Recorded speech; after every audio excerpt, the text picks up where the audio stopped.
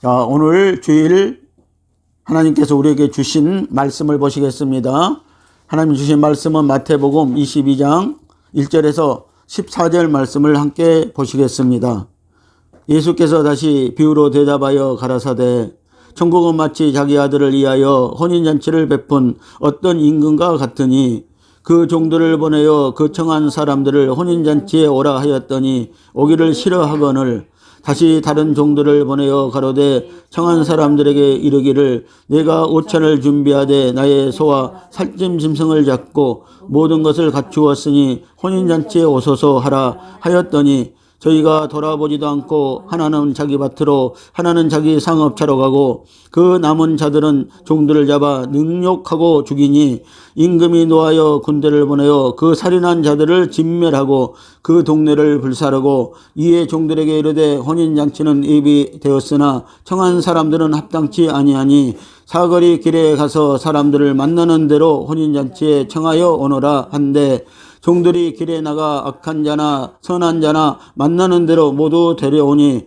혼인 자리에 손이 가득한지라 임금이 손을 보러 들어올세 거기서 예복을 입지 않은 한 사람을 보고 가로되 친구여 어찌하여 예복을 입지 않고 여기 들어왔느냐 하니 저가 유구무원을 임금이 사람들에게 말하되 그 수족을 결박하여 바깥 어두움에 내어 던지라 거기서 슬피 울며 이를 감이 있으리라 하니라. 청함을 받은 자는 많되 택함을 입은 자는 적으니라. 아멘. 할렐루야. 오늘도 성령께서는 일하십니다. 오늘도 우리가 생명의 말씀으로 오늘 여러분들 생명을 채우시는 역사가 일어나기를 예수님의 이름으로 축복을 드립니다. 자, 오늘 본문 말씀을 통하여서 예복을 입지 않는 손님이라는 제목으로 우리가 말씀을 나누시도록 하겠습니다. 사람들이 왕의 아들의 혼인잔치에 초청을 받아서 갔습니다. 이 잔치에 많은 사람들이 초청을 받아서 손님이 가득히 찼습니다. 초청을 받은 사람들은 다 예복을 갖추어 입고 있었습니다. 그런데 한 손님은 예복을 입지 않는 관계로 쫓겨났습니다. 임금이 사람들에게 말하되 그 수족을 결박하여 바깥 어둠에 내어 던지라 거기서 슬피 울며 이를 감이 있으리라고 합니다. 우리는 하나님의 어린 양의 혼인잔치 자리에 들어가려면 예복으로 신부단장해야 들어갑니다. 성도들에게 전신갑주를 입히고 신부단장시키는 교회가 되어야 하는 것입니다. 이 잔치에 청함을 받은 자는 많되 택함을 입은 자는 적다고 합니다. 구원은 받았지만 구원을 이룬 자는 적다는 것입니다. 우리는 구원을 이루어가는 것은 청함을 받고 택함을 받아야 하는 것입니다. 교회에 나오는 것으로 만족해서는 안 됩니다. 빌립보서 2장 12절 말씀을 보면은 바울은 우리에게 이렇게 말씀하고 있습니다. 그러므로 나의 사랑하는 자들아 너희가 나 있을 때뿐만 아니라 더욱 나 없을 때에도 항상 복종하여 두렵고 떨림으로 너희 구원을 이루라고 이렇게 말씀을 하시고 계십니다. 왕의 아들의 결혼식에는 예복을 입고 가야 합니다. 그런데 예복을 입지 않는 손님이 있었습니다. 왜 이 손님은 슬피 울며 이를 가는 것입니까? 오랫동안 열심히 신앙생활했지만 예복이 무엇인지 혼인잔치에는 예복을 입지 않으면 안 된다는 것을 배운 적도 없으므로 성도들이 목사를 원망하면서 이를 가는 것입니다. 12절 13절 말씀을 보시겠습니다. 예복을 입지 않고 여기 들어왔느냐 하니 저가 유구무원을 그 수족을 결박하여 바깥 어둠에 내어 던지라 거기서 슬피 울며 이를 감이 있으리라고 합니다. 이 손님은 정말 억울합니다. 예복을 입는 것을 몰랐던 것입니다. 목사에게 가르침을 받지 못했습니다. 그러면 예복이 과연 무엇입니까? 우리가 사사기 14장 5절에서 14절 말씀을 또 함께 보시겠습니다. 삼손이 그 부모와 함께 딥나에 내려가서 딥나의 포로원에 이른즉 어린 사자가 그를 맞아 소리를 지르는지라 삼손이 여호와의 신에 크게 감동되어 손에 아무것도 없어도 그 사자를 염소 새끼를 찢은같이 찢었으나 그는 그 행한 일을 부모에게도 고하지 아니하였고 그가 내려가서 그 여자와 말하매 그를 기뻐하였더라. 얼마 후에 삼손이 그 여자를 취하려고 다시 가더니 돌이켜 그 사자의 죽음을 본즉 사자의 몸에 벌떼와 꿀이 있는지라 손으로 그 꿀을 취하여 행하며 먹고 그 부모에게 이르되 그들에게 그것을 들어서 먹게 하였으나 그 꿀은 사자의 몸에서 취하였다고는 하지 아니하였더라. 삼손의 아비가 여자에게로 내려가매 삼손이 거기서 잔치를 배설하였으니 소녀는 이렇게 하는 풍속이 있음이러라. 우리가 삼손을 보고 30명을 데려다가 동물을 삼아 그와 함께 하게 한지라. 삼손이 그들에게 이르되 이제 내가 너희에게 수수께끼를 하리니 잔치하는 7일 동안에 너희가 능히 그것을 풀어서 내게 고하면 내가 베옷 30벌과 겉옷 30벌을 너희에게 주리라. 그러나 그것을 능히 내게 고하지 못하면 너희가 내게 베옷 30벌과 겉옷 30벌을 줄지니라. 그들이 이렇게 너는 수수께끼를 하여 우리로 듣게 하라.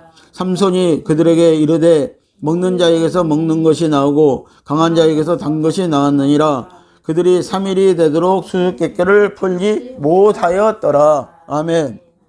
그러면 가연 예복이 무엇입니까? 오늘 사사기 14장 5절에서 14절 말씀을 보면은요, 여기에는 삼손의 결혼 이야기가 나오고 있습니다. 자, 삼손이 브레셋 여자와 결혼을 하려고 합니다. 이것은 하나님의 계획이었습니다. 이방인의 구원 계획이었습니다. 유대인이 이방 여자와 결혼을 하는 것은 율법을 어기는 것이지만 하나님의 뜻이면 그것이 선이 될 수 있고 진리가 될 수 있습니다. 믿는 자에게 자유함이 있다는 것이 바로 이런 얘기입니다. 어떤 것이든 하나님의 뜻대로 하면 되므로 나는 염려할 필요가 없으므로 자유함을 누리는 것입니다. 우리가 성령으로 할 때 오늘 우리는 진리의 자유함을 누릴 수가 있는 것입니다. 자, 모세가 구스 여인과 결혼할 때 아론과 미리암이 이방인과 결혼한 것을 비방하다가 오히려 하나님께 벌을 받았습니다. 그래서 민수기 우리가 12장 1절에서 16절 말씀을 보면은 이 말씀이 거기에 잘 나와 있는데요. 7일 동안 문둥병이 걸려서 있게 되어진 것입니다. 그때 모세가 간절히 하나님 앞에 기도함으로 이 문둥병이 치료를 받은 적이 있습니다. 자, 삼손은 딥나의 포도원에서 어린 사자를 찢어 죽였습니다. 사자는 원래 초원에서 사는 동물인데 포도원에 나타났다는 것입니다. 자, 포도원은 교회이고 사자는 예수를 예표합니다. 그런데 삼손은 부모에게도 말하지 않았습니다. 자기가 결혼할 여자에게만 말하고 기뻐하였습니다. 자, 여기에서 이 사자 예수를 찢어 죽였다는 것은 유대인들이 예수를 십자가에 죽이는 것을 예표하는 것입니다. 자, 얼마 후에 가보니 사자의 몸에서 벌떼와 꿀이 있음을 보았습니다. 벌꿀을 먹고 부모에게도 주어서 먹게 하였으나 사자의 몸에서 취하였다고 말하지 않았습니다. 자, 삼손은요, 자, 그 사자를 죽여 죽였는데 그 사자에게서 얼마 후에 가보니까는 거기에 벌들이 득실득실 하더라는 것이죠. 가서 보니까 거기에 꿀이 있더라는 것입니다. 그래서 그 꿀을 자기 부모에게도 주어서 먹게는 하였으나 사자의 몸에서 취하였다고는 말하지 않았다는 것입니다. 여러분들, 예수 아는 것은 비밀이기 때문입니다. 그래서 오늘 저와 여러분들 이 비밀을 알아야 오늘 저와 여러분들이 구원을 받을 수가 있는 것입니다. 자, 왜 삼손이 부모에게도 비밀을 알려주지 않았을까요? 천국 가는 믿음은 각자 개인의 문제이기 때문입니다. 얘기해 준다고 들을 게 없는 사람들이 무슨 말인지 알아들을 수도 없을 뿐더러 부모 형제라고 해서 내가 도와준다든지 할 수 있는 문제가 아니기 때문입니다. 각자의 싸움인 것입니다. 그래서 오늘 저와 여러분들이 예수님을 믿고 또 하나님이 보내신 자 예수 그리스도를 아는 것이 오늘 구원의 비밀을 알 때 우리가 구원을 받는 것입니다. 그래서 오늘 저와 여러분들이 잘 알다시피요, 오늘 우리가 우리 안 믿는 부모에게, 예수를 모르는 부모에게 기가 닳도록 가르쳐 준다고 해서 믿어지는 것이 아니라는 것입니다.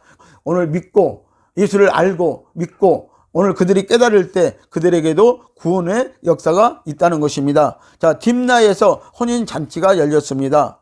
삼손이 수수께끼를 냅니다. 결혼이 진행되는 7일 동안에 풀어야 했습니다. 만약 이 문제를 풀지 못하면 브레셋 친구들은 배옷 30벌과 겉옷 30벌을 삼손에게 주어야 했고, 만일 그 친구들이 이 수수께끼를 푼다면 삼손이 이 배옷은 속옷인데요, 30벌과 겉옷 30벌을 주어야 했습니다. 우리는 이 배옷, 속옷 30벌과 겉옷 30벌에 대한 옷에 대한 비밀도 그래서 알아야 하는 것입니다. 자, 블레셋 친구는요, 이방인 동무들입니다. 30명에게 수수께끼를 내고 상품으로 배옷 30벌과 겉옷 30벌을 삼손이 걸었던 것입니다. 자, 수수께끼의 내용은 이렇습니다. 자, 14절 말씀입니다. 먹는 자에게서 먹는 것이 나오고 강한 자에게서 단 것이 나왔느니라고 하였습니다.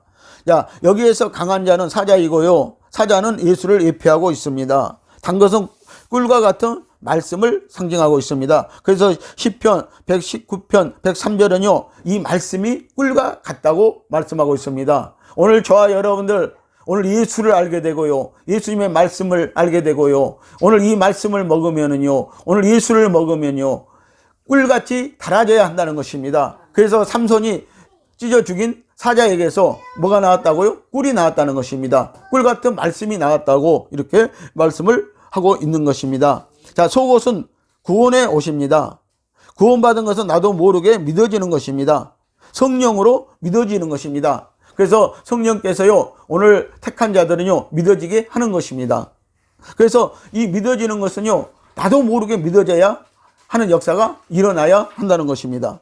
이것이 성령의 역사라고 말씀을 하고 있습니다. 자, 겉옷은 의의 옷을 말하고 있습니다. 성령으로 인해서 말씀을 행하고 의롭게 사는 것입니다. 하나님의 의를 이루어야 겉옷을 입을 수가 있는 것입니다. 오늘 저와 여러분들, 우리의 의가 아니고요, 하나님의 의를 전가받고 그 하나님의 의를 이루어야 우리가 겉옷을 입어야 된다는 것입니다. 속옷은 오늘 예수님이 우리에게 입혀주신 것입니다. 그러나 겉옷은 우리가 스스로 입어야 되는 줄 여러분들 믿으시기를 예수님의 이름으로 축복을 드립니다. 여러분, 속옷만 입고 천국 갈 수 없습니다. 겉옷도 챙겨 입어야 합니다. 요한계시록 19장 8절 말씀을 보시면요, 세마포를 그래서 우리가 입어야 한다고 말씀하고 있습니다. 흰 세마포, 드레스를 입어야 된다고 말씀을 하고 있습니다. 세마포는 옳은 행실이라고 그랬습니다. 다시 말하면 우리의 신앙의 옳은 행실에 오신 것입니다. 속옷과 겉옷을 그래서 입어야 온전한 구원이 이루어지는 줄 믿으시기를 예수님의 이름으로 축복을 드립니다. 자, 구원 받았다고 다 천국 가는 것은 아닙니다. 과거 구원은요, 예수 믿고 과거에 받은 구원을 말씀하고 있습니다. 현재 구원은 현재 이루어가고 있는 구원을 말합니다. 미래 구원은 앞으로 받아야 할 구원을 말씀을 하고 있습니다. 그래서 오늘 우리가요, 구원에는 세 단계가 있는데요, 자, 과거에 우리가 예수 믿을 때 구원을 받았습니다. 그러나 신앙생활을 하다 보면은요, 오늘 구원을 이루어가는 자도 있고요, 구원을 이루어가지 못한 자도 있다는 것입니다. 그래서 현재 우리가 구원을 받고 있는가, 구원을 이루어가고 있는가를 보아야 된다는 것입니다. 그리고 우리가 미래에 구원받을 수 있는 믿음이 있어야 된다는 것입니다. 오늘 그래서 저와 여러분들, 이 구원의 단계를 우리가 걸쳐야 하는 것입니다. 그래서 여러분들 미래에요, 꼭 예수 믿고 구원을 받아야 됩니다. 그러기 위해서는요, 오늘 말씀으로, 하나님의 말씀의 지식으로, 하나님의 말씀의 지혜를 우리가 받아서요, 이 말씀을 깨닫고요, 오늘 여러분들 하나님께서 말씀하신 겉옷을 입어야 하는 것입니다. 그래서 미래 구원이 완성이 되어지는 것입니다. 의외로 많은 성도들이 여러 가지 문제로 중단된 구원이 많이 있기 때문입니다. 하나님은 우리를 구원하였으므로 다 속옷을 입히신 것인데 겉옷은 우리가 노력해서 준비해야 합니다. 말씀을 믿는 믿음으로 옷을 입어야 합니다. 삼손의 아내를 협박합니다. 사사기 14장 15절 말씀을 봅니다. 너와 네 아비 집을 불살라 버리겠다고 협박을 합니다. 자, 브레셋 청년들이요, 이 브레셋의 삼손의 친구들이요, 자, 삼손이 낸 수수께끼를 풀기 위해서요, 이 삼손의 아내들 그 여자의 집을 불살라 버리겠다고 이렇게 말씀을 하고 있습니다. 자, 블레셋 사람들은 협박을 해서 그 답을 알아냅니다. 14장 18절 말씀을 봅니다. 내 암송아지를 밭갈지 아니하였다면 능히 풀지 못하였으리라고 삼손이 이렇게 말씀을 하고 있습니다. 자, 삼손의 이 브레셋 친구들은요, 자, 삼손의 아내 될 사람을 밭을 갈았다는 것이죠. 그리고 이 수수께끼를 드디어 그 비밀을 알아냈다고 이렇게 말씀을 하고 있습니다. 자, 블레셋 사람 30명은요, 이 답을 전혀 알지 못하므로 삼손의 아내를 협박을 해서 답을 알게 되고 옷 한 벌씩을 얻게 되어집니다. 오늘 성도 여러분, 교회 지도자를 협박해서라도 구원의 비밀을 알아내야 하는 것입니다. 그래야 우리가 구원을 받습니다. 우리가 천국 가기 위해서는요, 협박뿐만 아니고 무슨 일을 해서라도 그 답을 알아내야 합니다. 이것이 천국을 침노하는 것입니다. 삼손이 자기 부모에게도 가르쳐 주지 않는 것은 예수의 비밀을 알아야 하기 때문입니다. 예수님을 아는 것은 비밀이기 때문입니다. 교회를 나와서 말씀을 들어야 알 수 있습니다. 그래서 천국은 침노하는 자는 얻을 수 있다고 이렇게 말씀하고 있습니다. 여러분들, 세상에서 아무리 이 비밀을 깨닫고자 원해도요, 예수 비밀을 깨닫고자 원해도요, 깨달을 수가 없다는 것입니다. 오늘 그 사람들은 이 비밀을 알기 위해서는요, 오늘 먼저 교회를 나와야 된다는 것입니다. 오늘 교회를 나와서 오늘 말씀을 들어야, 하나님의 말씀을 들어야 오늘 이 비밀을 깨달을 수가 있게 되어진다는 것입니다. 아스글론에서 30명을 쳐 죽이고 약속대로 옷을 빼서 그들에게 주었습니다. 아스글론에서 삼손에게 죽임을 당한 30명의 사람들은 주 예수를 믿지 않아 지옥에 갈 사람들을 예표하는 것입니다. 천국은 성령의 인도로 침노하는 자가 갑니다. 마태복음 11장 12절 말씀을 보십니다. 세례 요한 때부터 지금까지 천국은 침노를 당하나니 침노하는 자는 빼앗느니라 라고 이렇게 말씀을 하시고 있습니다.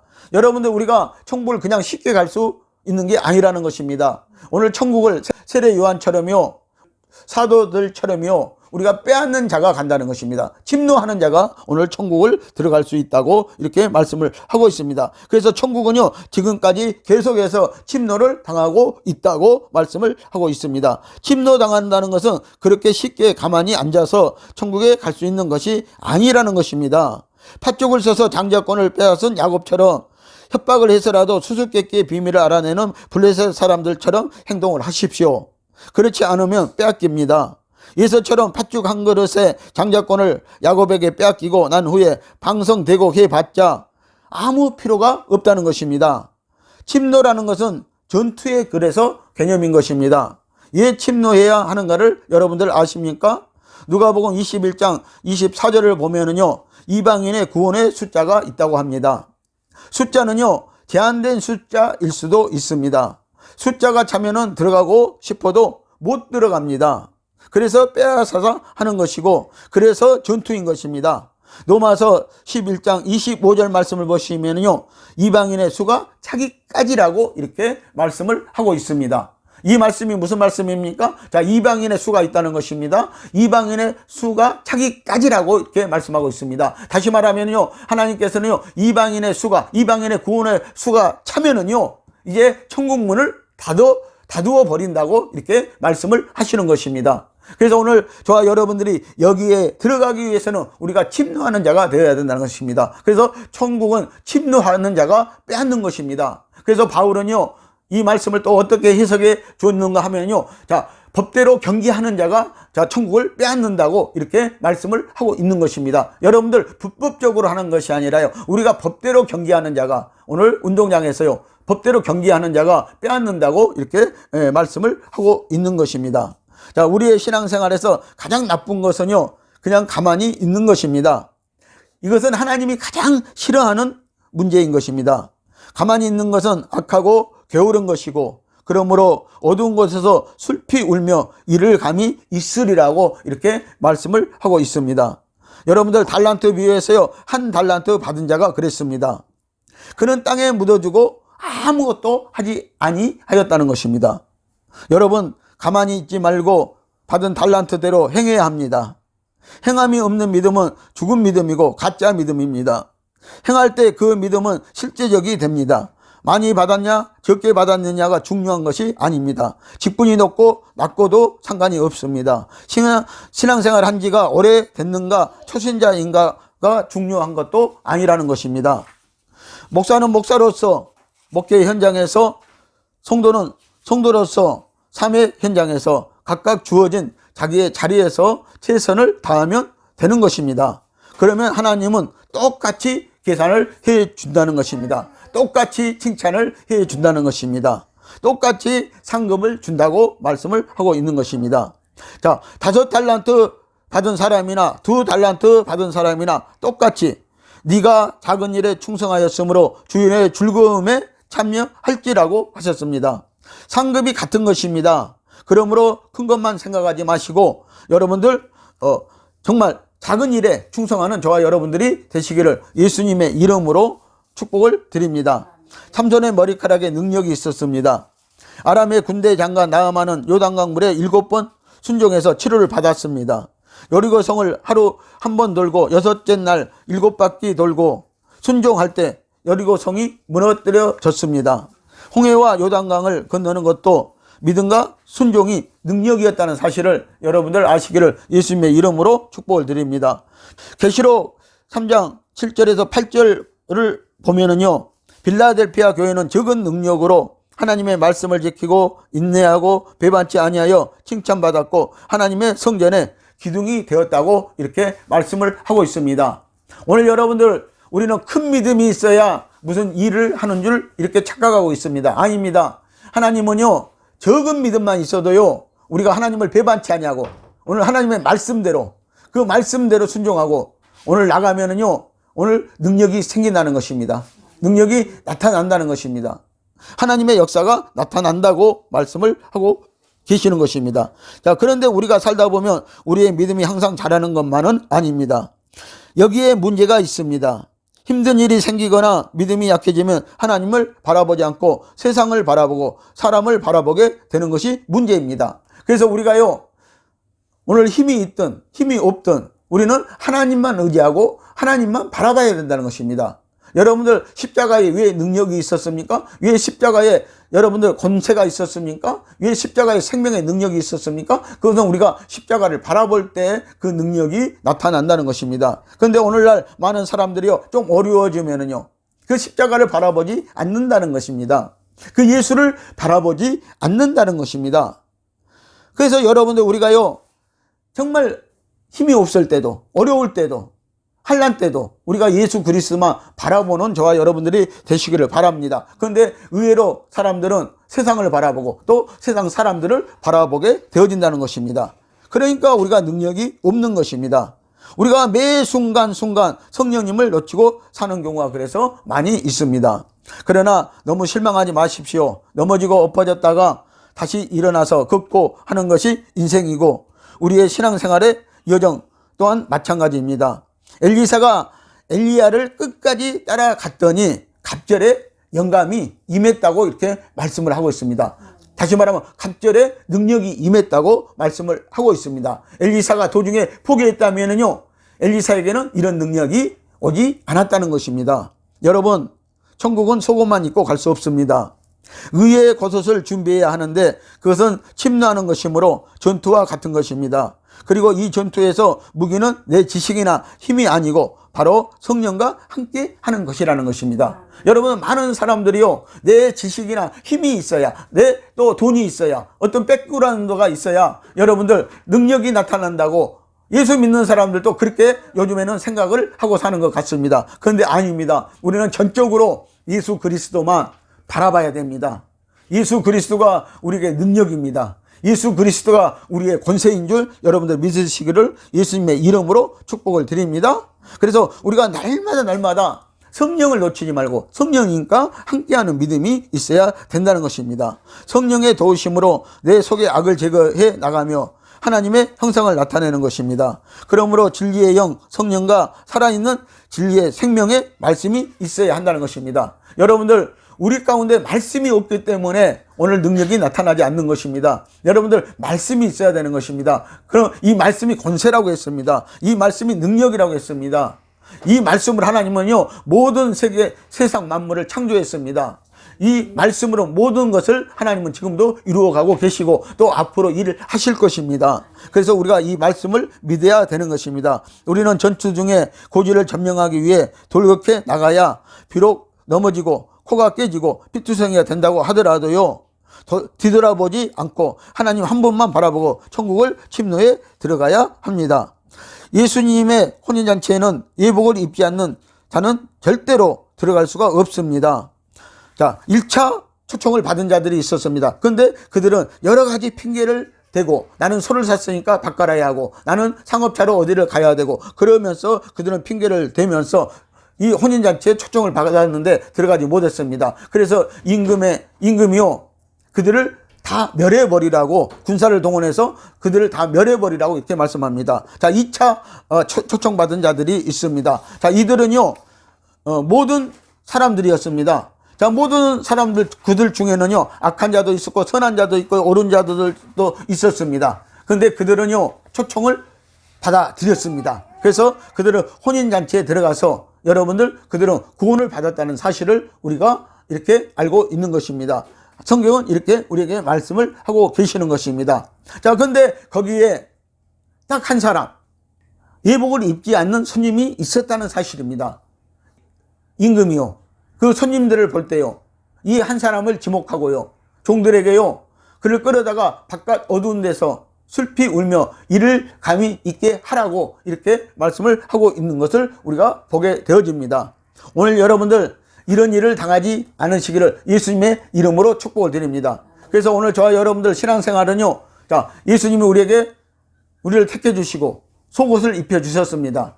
그러나 여러분들, 겉옷은 우리가 입어야 됩니다. 오늘 내가 하나님을 알고 예수님을 알고 이 말씀을 깨닫고 오늘 우리가 어떻게 신앙생활 하느냐에 따라서 오늘 겉옷이 입혀지는 것입니다. 다시 말하면 세마포옷이 입혀지는 것입니다. 그래서 계시록 19장 8절은요, 이 세마포옷은요, 우리의 옳은 신앙생활이라고, 바른 신앙생활이라고 이렇게 말씀을 하고 있었습니다. 사랑하는 오늘 성도 여러분, 삼선도 딥나의 포도원에서 죽은 사자를 통하여서 예수를 만나 마지막 때의 구원에 대해 배옷, 속옷과 겉옷의 비밀을 깨닫고 그 비밀을 수수께끼로 낼 정도로 영안이 열렸다는 것입니다. 그런데 정작 성령 받은 우리는 이 구원의 원리를 알지 못하고 난 구원을 받았다고 부르짖다가 열매 맺지 못하고 기름 준비를 못한 미련한 다섯 처녀들은 신랑 예수 오실 때 혼인잔치에 못 들어갔습니다. 여러분, 예복을 갖추어 입고 기름 준비하시기를 예수님의 이름으로 축복을 드립니다. 기도하시겠습니다.